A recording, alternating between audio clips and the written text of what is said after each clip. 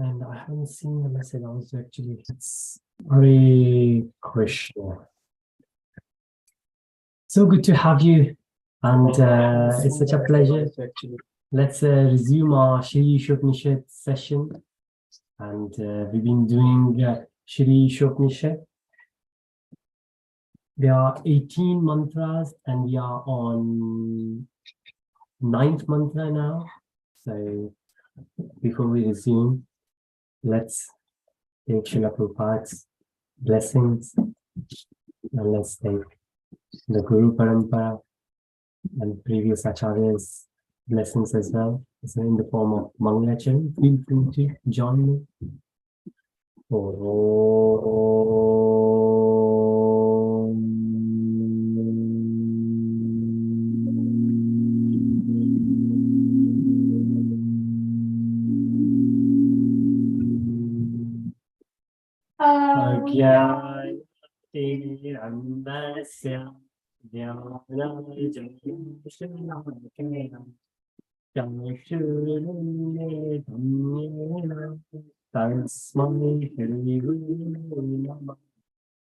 Shri Chaitanya Manobishtam Stapitam Yena Bhutale Swayam Rupa Kalamayam Darati Swapadantikam Vandeham Shri Guru Shri Yudapadakam Shri Guru Vaishnavam Shri Rupam Sagrajatam Sahagana Raghunatha Vitam Tam Sajiva Advaitam Savadutam Parijana Sahitam Krishna Chaitanya Devam Shri Radha Krishna Padam Sahagana Lalita Shri Vishakhavitam He Krishna Karuna Sindhu Dina Bandhu Jagatpate Gopesha Gopesha Nanta Kanta Namostute Apna Kanchana Gaurani Radhe Vrindavaneshwari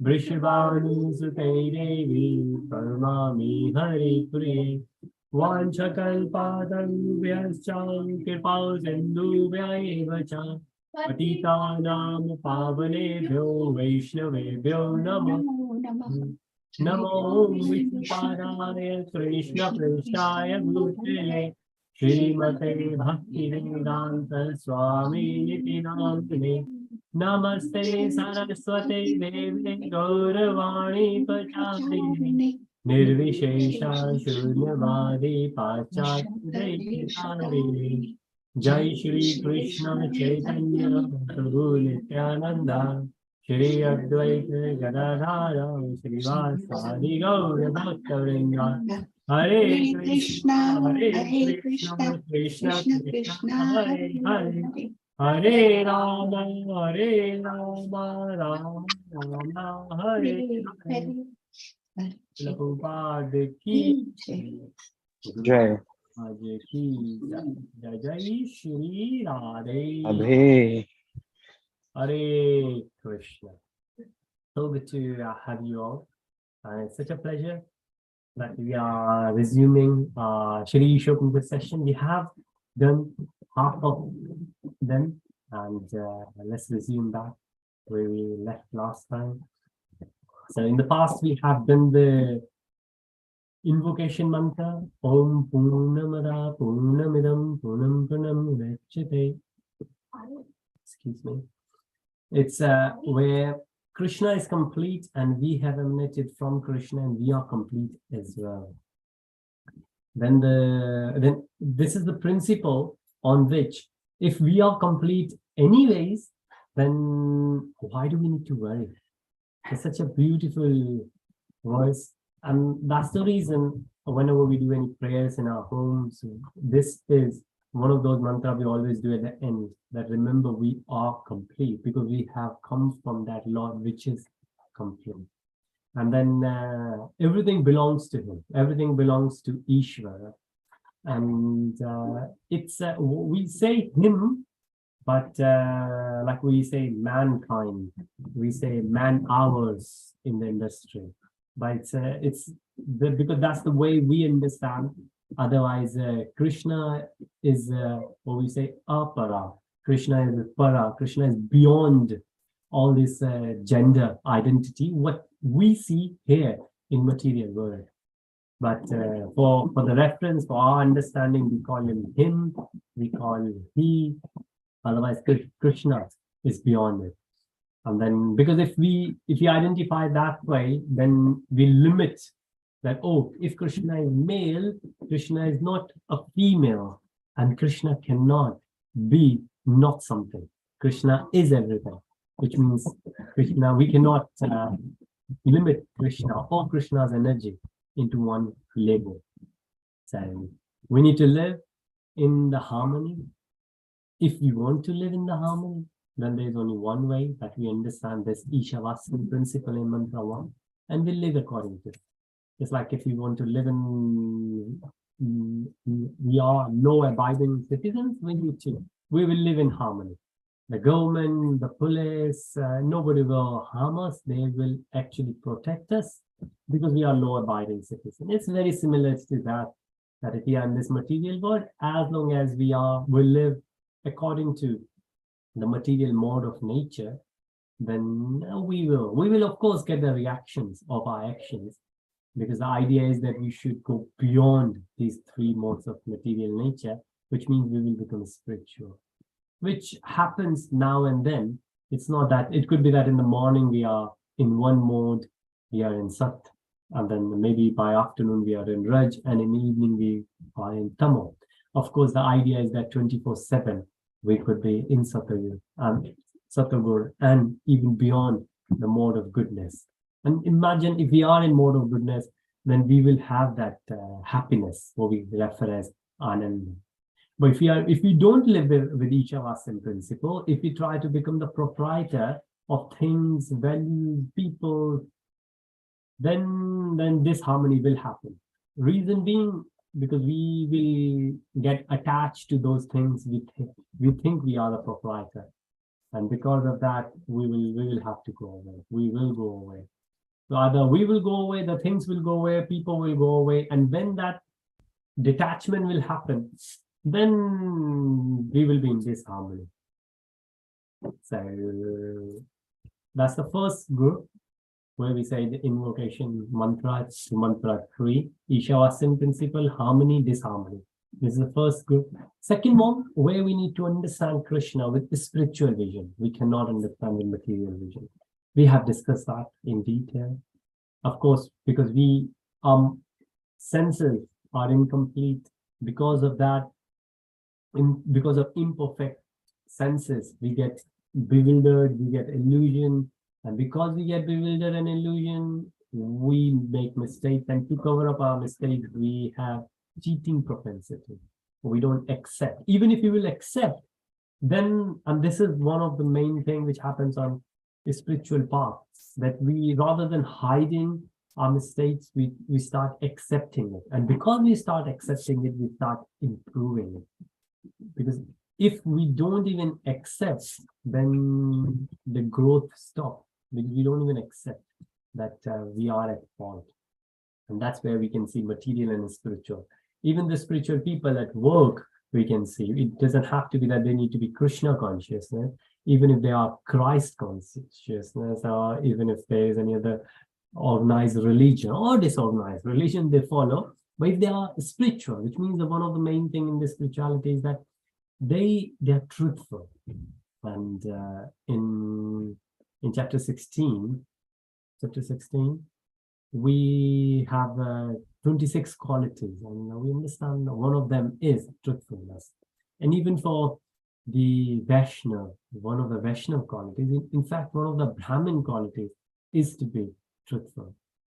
Then we are here in 9 to 11, right and wrong Vidya. What is the understanding of Vidya?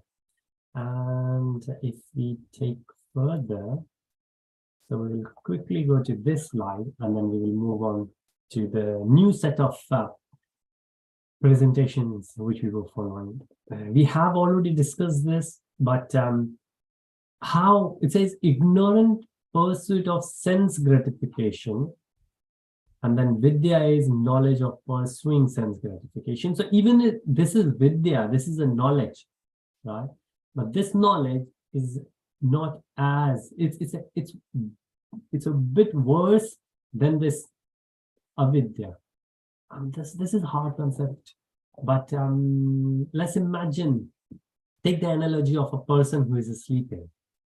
So if the person is sleeping, who is completely ignorant of the time, for example, for example, kids, it's 6 o'clock, 7 o'clock, whenever they are supposed to wake up, you wake them up and they were sleeping. And as soon as they will realize, oh, it's the time to get out of the bed and get ready for the school, they will open the eyes and they will come back. They will come out and they will start getting things done. That's where the person was ignorant of the timer. When I think about it, if the person is not sleeping, but pretending to sleep, which means person is aware, person has the knowledge of the timing. Now what would you do? You try to wake up the person will not wake up. And you can't wake that person because the person is already aware. Yeah? And that's where the differentiation between this knowledge and this lack of knowledge is compared, and said this lack of knowledge is actually a bit better than this knowledge. This is one analogy. Of course, there could be many more.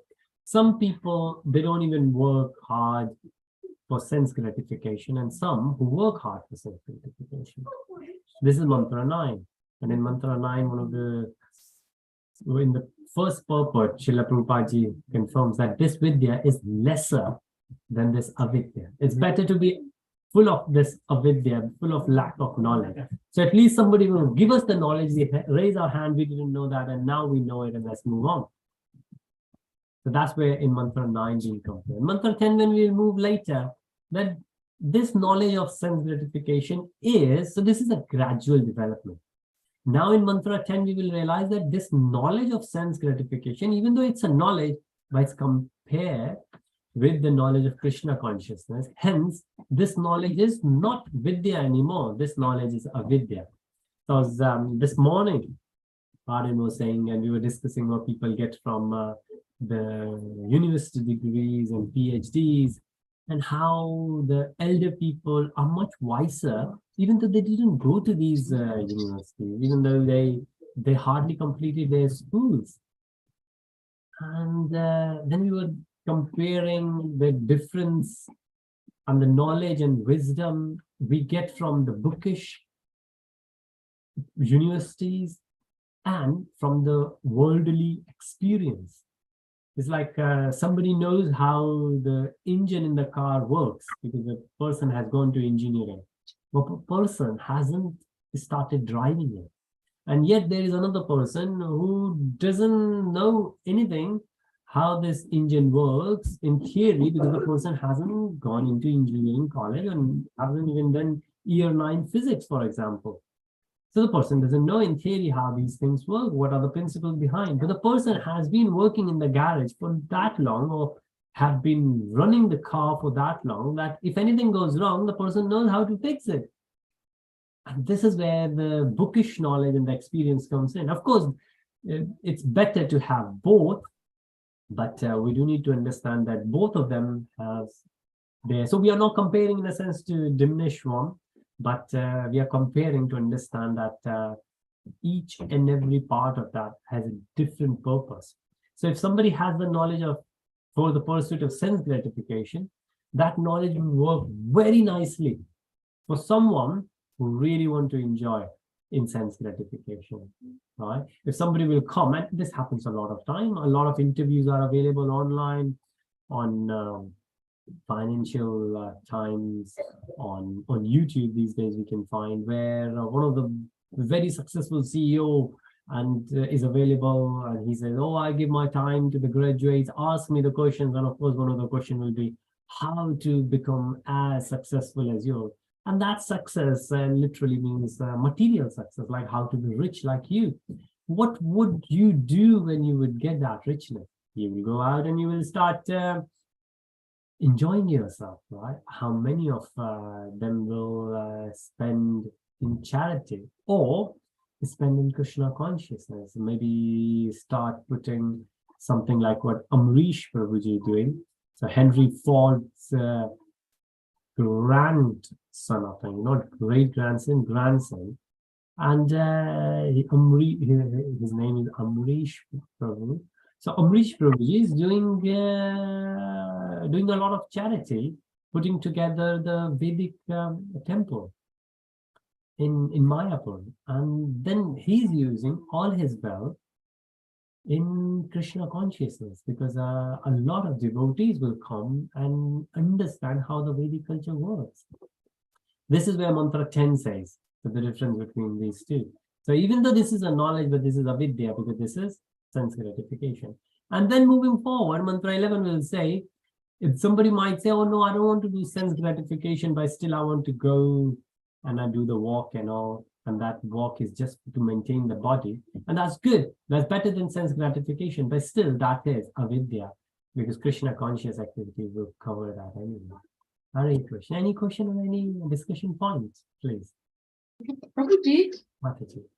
yes, this knowledge for number 10 or Vidya, when it says knowledge for pursuit of sense gratification, does it mean that you're doing something of like using your senses, but knowing what you are doing? Is that what it means? Rather than not knowing what you are doing? Sense gratification, Mataji, mainly means that you are just enjoying yourself. It's like you're doing, for example, from your eyes, you want to have the pleasure, which means you might go for Bollywood movie, you might go for sports activity where you just watch, and from your ears. So it's not Krishna conscious activities. No. You're engaging your senses just to gratify yourself, just to get material comfort or material enjoyment, which are temporary. So the knowledge is for doing that, but we should be aware of what we are doing. Is that what it means? No, knowledge means that you know how to do it. Yes. So when somebody will come and say, oh, I want to enjoy myself, and then you say, okay, I'll give you the knowledge, go and watch that Bollywood movie, that's great.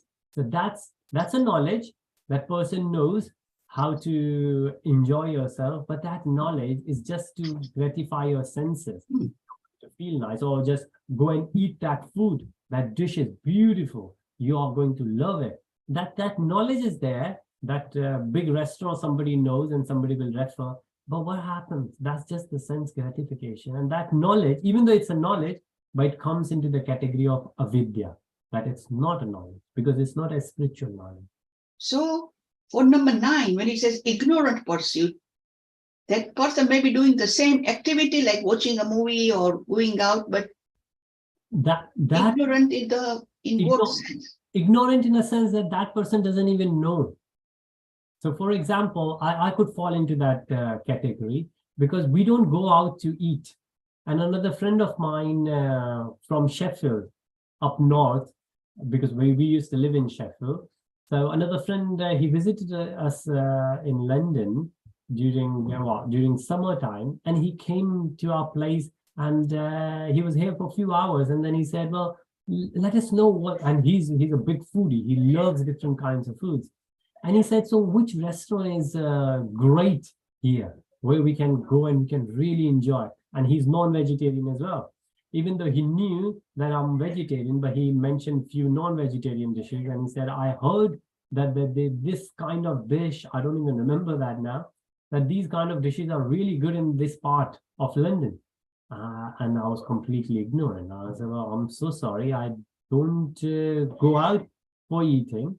And even if I would, then I'm vegetarian. I wouldn't know about these things. So I'm completely ignorant of the pursuit of those sense gratification things, just as an example. And there could be many more. So a lot of times political talks happens, or somebody will say, oh, have you watched that argument, that debate there? And I will say, sorry, I haven't. Or have you watched that Manchester versus Liverpool? This information I got from my son, because he got a friend in his class who is a big fan of Manchester United, and apparently there was a match where Manchester United lost. Now, if I had watched that match, then I would have spent a lot of time discussing with my son about it. But being completely ignorant, and I'm not saying that's a good thing, but being completely ignorant about it, when he told me, of course, I knew about the news because it was a big thing, and even at work, people were talking about it. So I said, yes, yeah, I heard it. Of course, for somebody who is Manchester United fan, like his friend, wasn't a good thing because other people were teasing him. But I was completely ignorant why this happened, when this happened, how this happens. I didn't have any commentary to add. And that discussion lasted for a few minutes, and then we moved on to better points. So that's where you're ignorant for pursuing something which is purely for sense gratification. Purely for sense gratification. So that if you do that, then because then you are not working hard to satisfy your senses, which means somebody can come and can tell you, oh well, do you want to watch something? Now a lot of times, so I went to a friend's place over the weekend, last weekend, and that friend has said, oh, I'm surprised, how do you do these different kind of things and activities? Now, I never thought about myself, but he said it. When he said it, I also thought, okay, maybe, but I don't feel like I'm doing a lot of things. But as soon as that happened, he said that, oh, well, the conversation went on, and then he started saying, oh, have you watched that? And where we were sitting in his living room, right at the front of us, we had the big television. And he said, oh, have you watched that series on Netflix? And I said, no, I haven't. I don't even remember which series was that. But he said, I said, no, I haven't. And then he mentioned a few things about it. And then I said, well, it's such a nice series. I've already finished the first one. I've started second one. Then I said to him, and this just when he mentioned it, I said, well, remember a few minutes back, you said where I get all the time from? One of the best things is that I don't have television at home. So it's not that I have extra time. You have your time, and you have consciously or maybe unconsciously decided to spend that time watching Netflix. And then I might have decided to do something else. So we can't say that somebody else has more time. It's just that all of us have consciously or unconsciously decided where we're going to put our time on. So this is where I can give you my example. I'm ignorant in many of those things where other friends might be knowledgeable. But then as per this mantra, this vidya is actually lesser than avidya, because that time I have, that time I can use for Krishna conscious activity. That's what mantra 10 says, that rather than having that knowledge of sense gratification, you can spend to have the knowledge for Krishna conscious activity. Yeah, when it says pursuit, it means that's what confused me. When you don't know something, you can't pursue something, isn't it? Yes.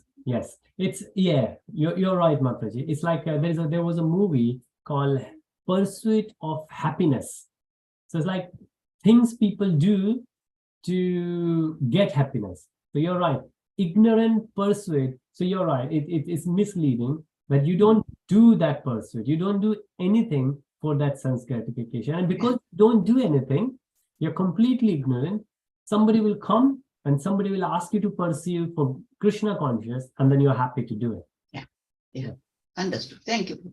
Very nice point, Mataji. Even Srila Prabhupada said it that, so somebody said one of Srila Prabhupada's god brother said it, that Prabhupada's name, so we call it his divine grace, A.C. Bhaktivedanta Swami. So A.C. is for Abhay Chardar Vinda. So Abhay was his name and he was Bengali. So his brother, or his god brother said, Abhay Babu, the way they address. They said, Abhay Babu, how did you do it? Like when you were in India, you didn't even have one disciple. You went to West and you made so many disciples, so many people following you. And that's when Prabhupada said to his god brother that people in West, they were open to these things, right? But here in India, people knew a little and they thought that they know it all. And it's hard. And that's so true when we go out for the preaching. If you speak to Hindus most of the time say, oh, we know Bhagavad Gita. Oh, we go to temple. And that's it, the conversation finishes.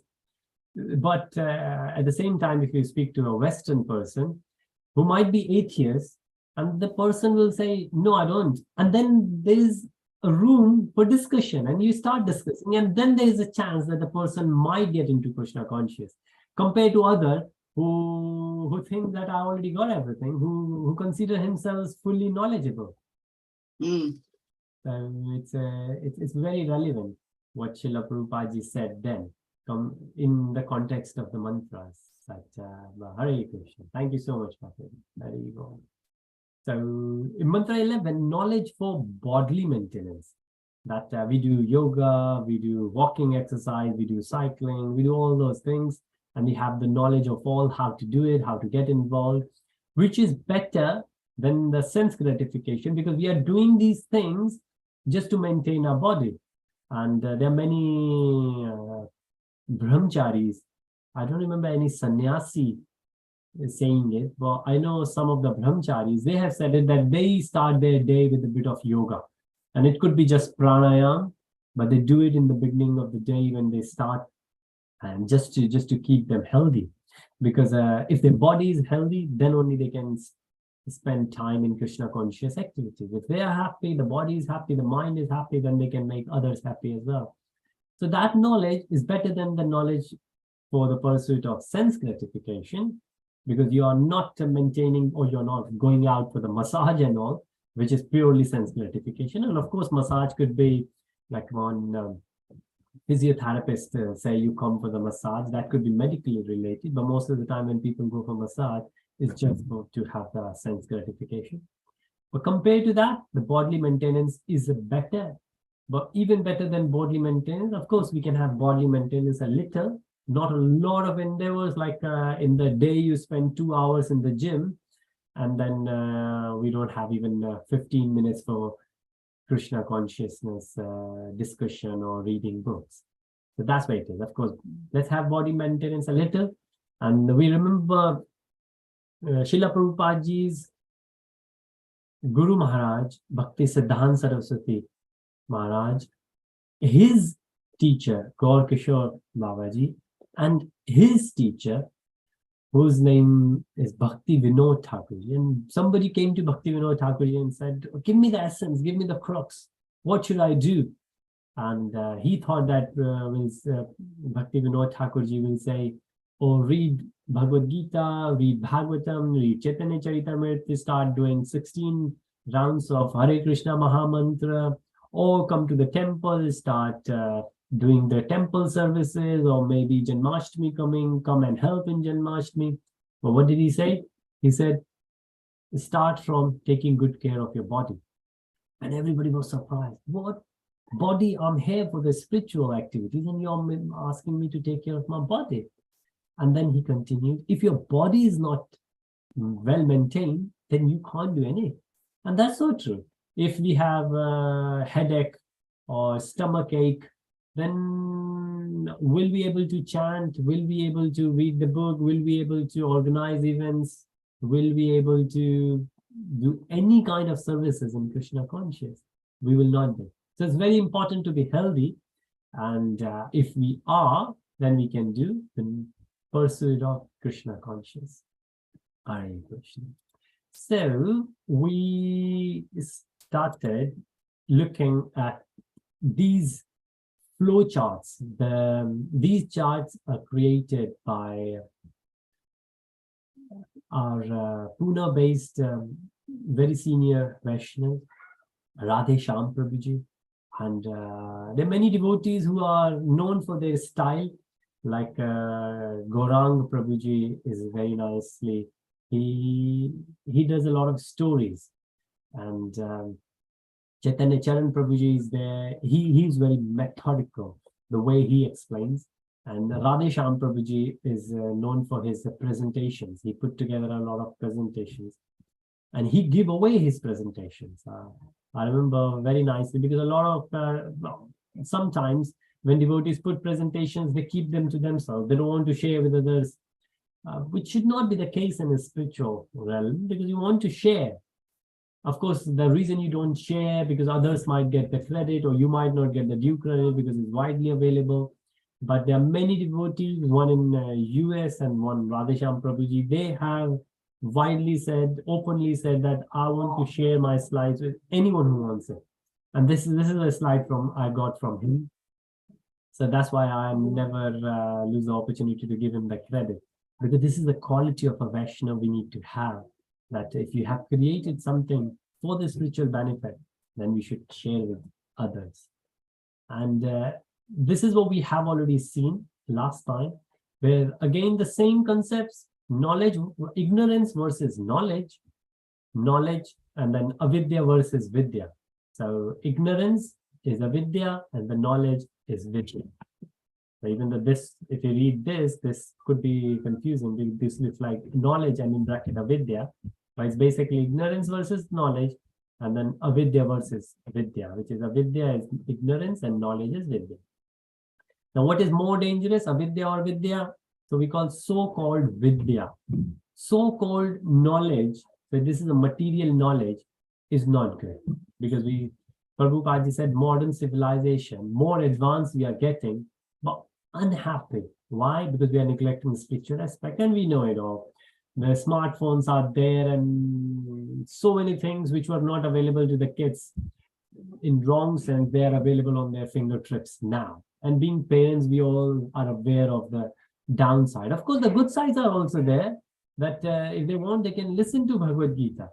But do they do that?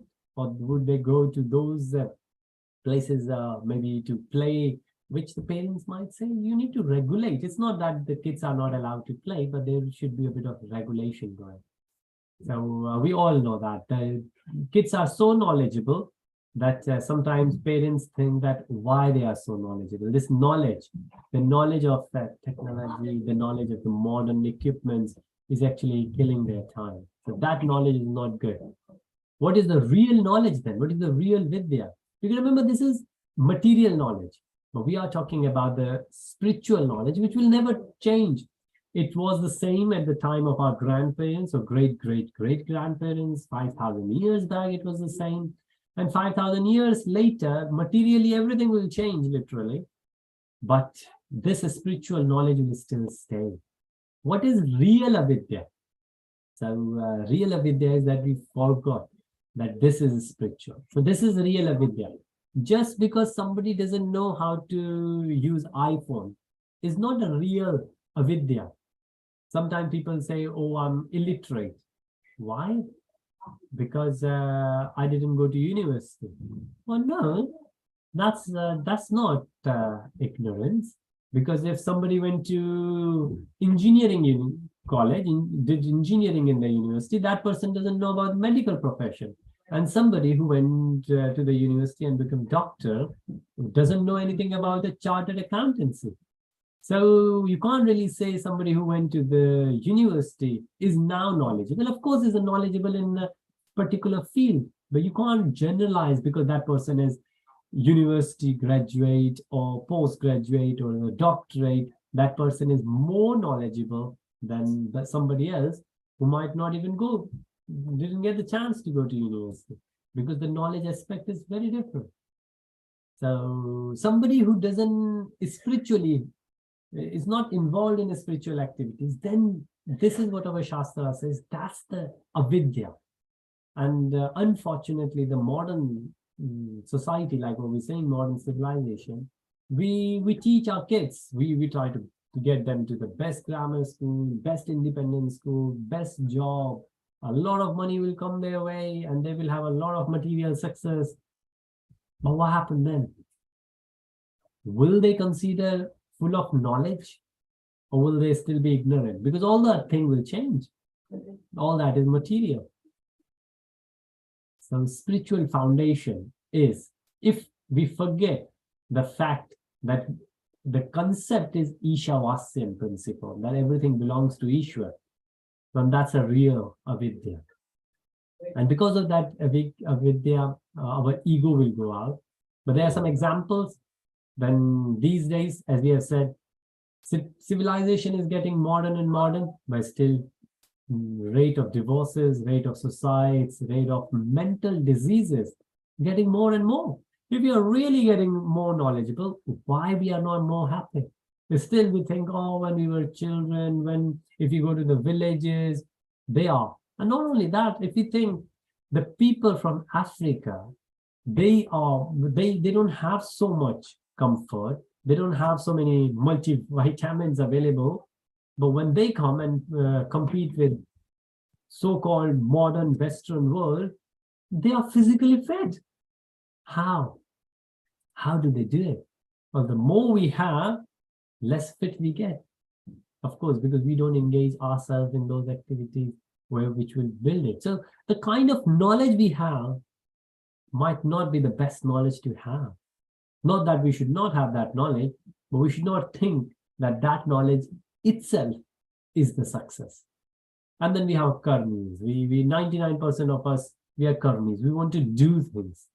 We just want to get the certificates. We want to get the name and fame. We just want to do it. And most of the time, our success is dependent on others' belief. If somebody will go in India, maybe just to become an engineer and doctor is a success. Maybe somebody is here just to get to university is a success, because not everybody goes to university. But in India, almost everybody is a university graduate, especially these days. So it depends which society we are, the success changes. But this is material success. Spiritual success is still the same everywhere. And that's why if we see Journey Home, the beautiful collection of Radhanath Swamiji Maharaj, that he was at a spiritual pursuit.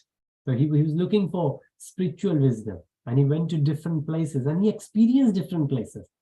And then you will see that the spiritual foundation he wanted to build, he was looking for the same thing, which was a common concept. He was on a karmi. He was one of what we call spiritual practitioner. Then categories of avidya. Then of course it's not so it says in Sanskrit mura. So this word says mura. Somebody who is grossly engaged in the gratification, sense gratification. To watch something which gives us pleasure, to eat something, to wear expensive clothes because it feels nice, and get a bigger house. So again, the name and fame will go. But then there are mundane educators.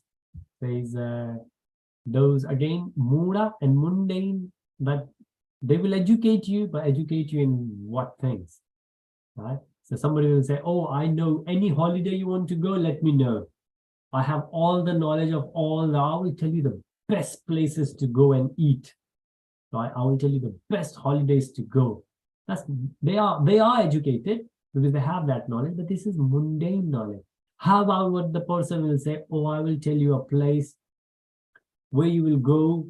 It could be a temple, it could be a church, it could be a mosque. You go and you will truly realize and taste what the happiness is. Right? And that is what a real educator will tell you. And this is why we need spiritual guru, spiritual teacher. And then, of course, self-made gods. So those are there, Prabhupada is saying, there's a big difference.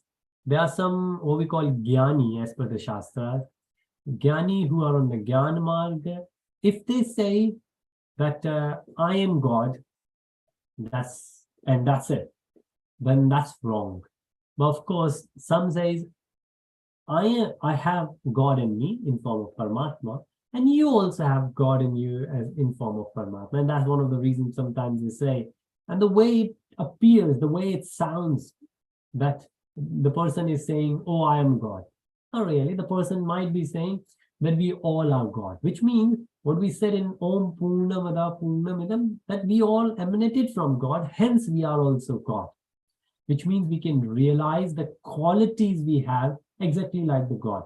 Satta Chit Ananda. Yes, we might not be as 100% Satta Chit Ananda as Krishna is, but we do have those qualities because we have come from.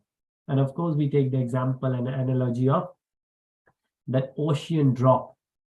That ocean drop we take from the ocean. Right? The qualities are same, but there's a big difference in the quantity. Right? But we just need to realize that Satta, Chitta, Ananda.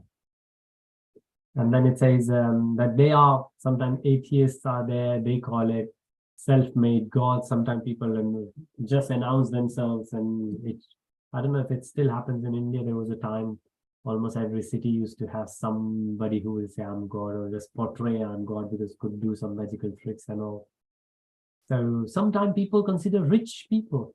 How many times it used to happen that, oh, you are God to me because maybe you have given me food, you have sponsored my son's education.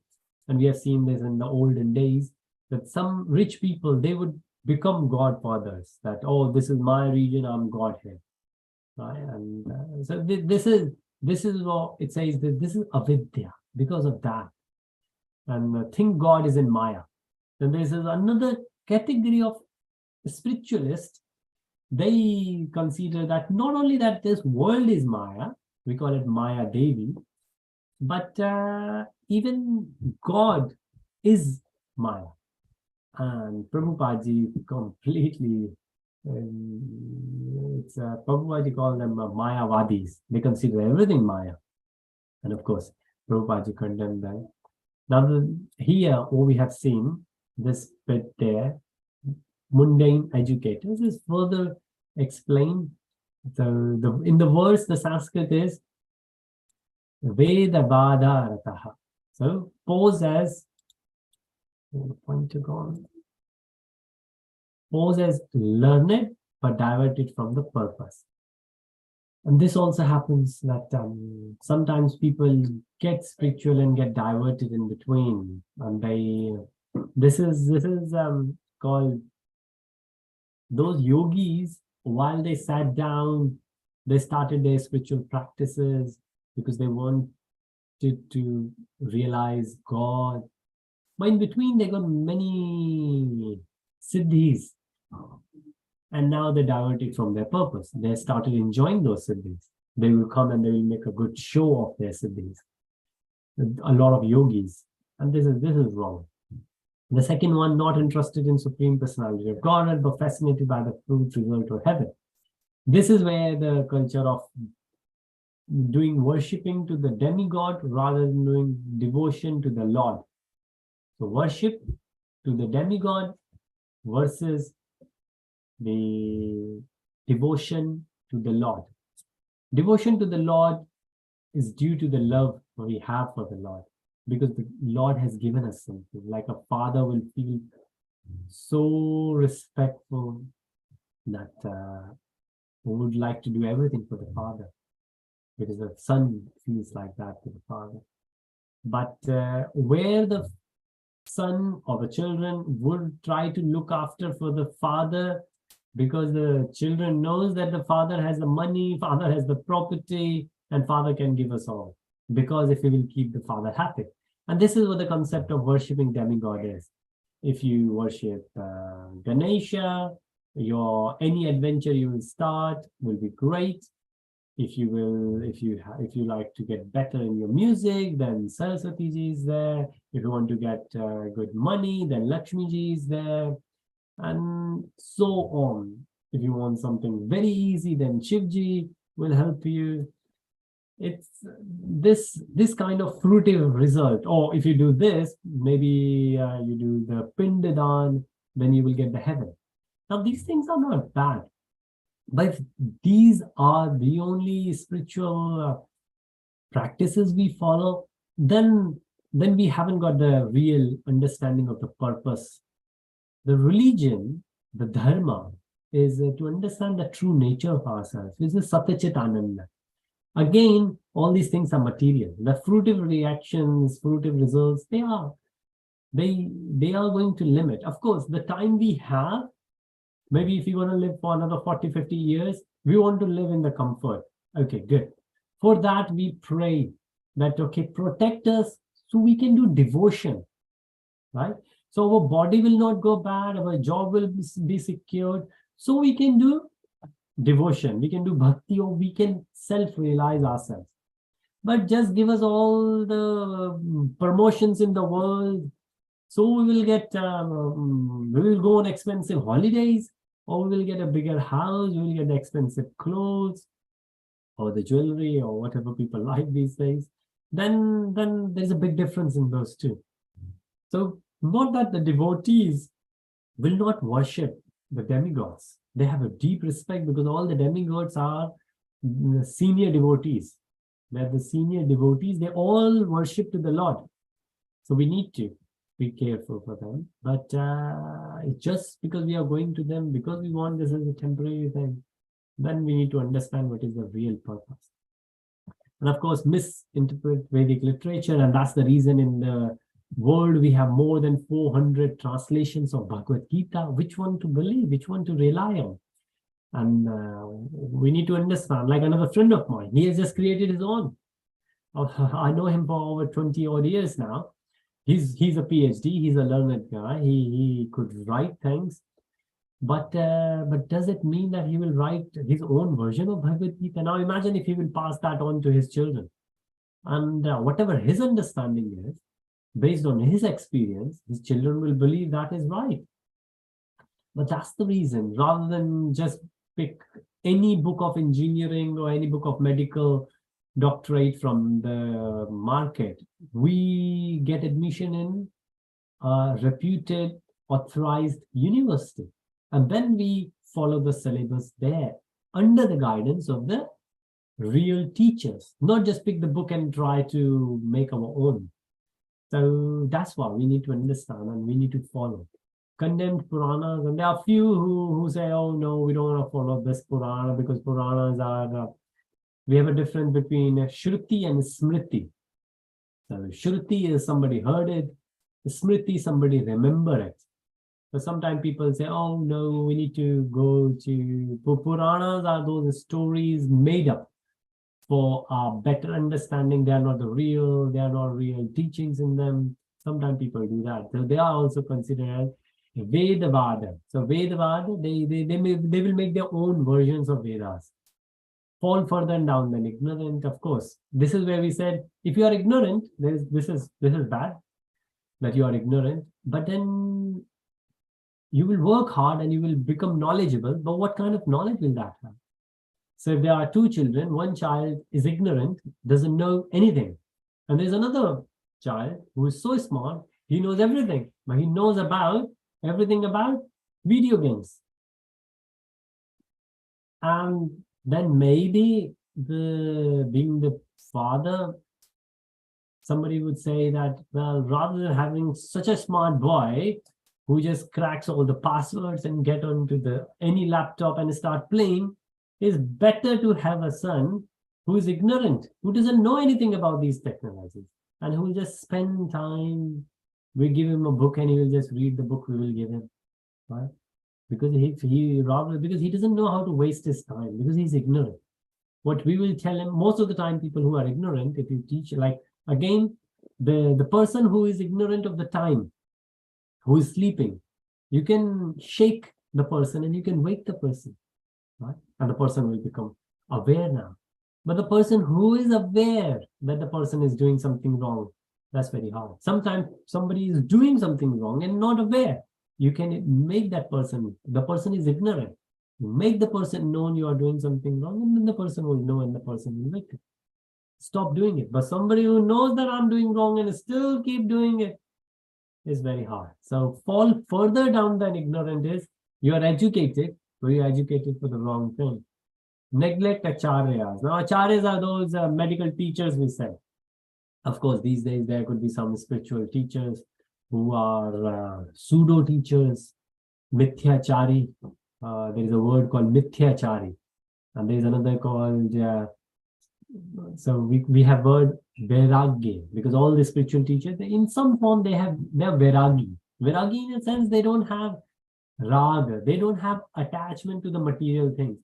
Hardly any spiritual teacher you will see going for the Bollywood movies. And again, I'm just taking the example of the Bollywood movies, or anything for the sense gratification. Why? Because they have vairagya.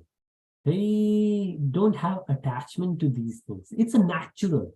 Right? It's not mithyachari that, oh, I don't want to go out so people will see. Oh, but bring that DVD at home. I want to watch Netflix at home. No, you just truly don't have the taste for it. Right? And if it's called Falgu. So Falgu is like fall, pseudo. Falgu Vairagya. So like some of the teachers we've been saying, oh, they were guru, but then later we found out they were saying something and they were doing different things. And those acharyas we should neglect. So there's only one reason somebody, and this is from the Shastras, that there's only one reason somebody, a spiritual disciple, can abandon a teacher, a spiritual guru. If the guru is not taking you or not engaging you in Krishna conscious activities. Now, Krishna conscious activity in a spiritual activity. If there's somebody who will say, oh, you're my disciple, then arrange that party for me. Now, what kind of party is it? Is it a Krishna Janmashtami party that everybody will come and sing like in Radha Desh in Belgium? Radha Desh mellows happen, the kirtan happen. This is a kind of party. Everybody would like to go, and for 10 hours, different speakers will have melodies. And if you have not tried it on Radha Desh in YouTube, you type Radha Desh Mellows 2023, and you will hear so nice, so many different devotees singing. People love to go there and stay there during that time so they can listen them. So if teacher does that, great. If teacher doesn't do it, then we should not neglect our acharya if they are real acharya. But first of all, we need to understand who is real. Then present unscriptural men as acharyas, like those people who don't follow the scriptures. They don't follow the scriptures. They have just made their own things. Now, the same thing, if you go to a dentist and you will ask, where did you do your dentistry from? And he will say, I didn't follow any scripture. I didn't follow anyone. I just do my own. How much trust you have? Same thing with the doctor, same thing for the engineering. People say, oh, we want chartered engineers to work on our project. Why? Because they know somebody who is a chartered, follow the industry practices. Right. So which means follow the scriptures, and this is material. Think for the spiritual, the same thing. So we need to follow. Anytime we need to follow, we need to have a fallback scriptures. So this is what mundane educators are. And this is the beauty of Radhesham Prabhuji, that just in, if you see, Mantra 9 started in a couple of slides, he has put all them together. And then Mantra 10 starts. So such a beautiful way he put everything together. And if there is any question, and Ajay ji is not there today, otherwise he loves a bit of discussion, and Mataji asked nice point. So thank you so much, Mataji. It's always good to have a discussion on different points. And let's think. Still we have another presentation for Mantra 9. Maybe we will summarize it next time. So things will get even more clearer, and then more discussion and more stories we can have. But Hare Krishna. With that, Srila Prabhupada ki Jai. Srila Prabhupada ki Jai. Guru Maharaj ki Jai. Jai. Shri Radhesham. Hare Krishna, Prabhuji. Hare Krishna. Krishna. Very good. Hare Krishna Prabhuji. Hare Krishna Prabhuji. Thank you. Thank you. Thank you.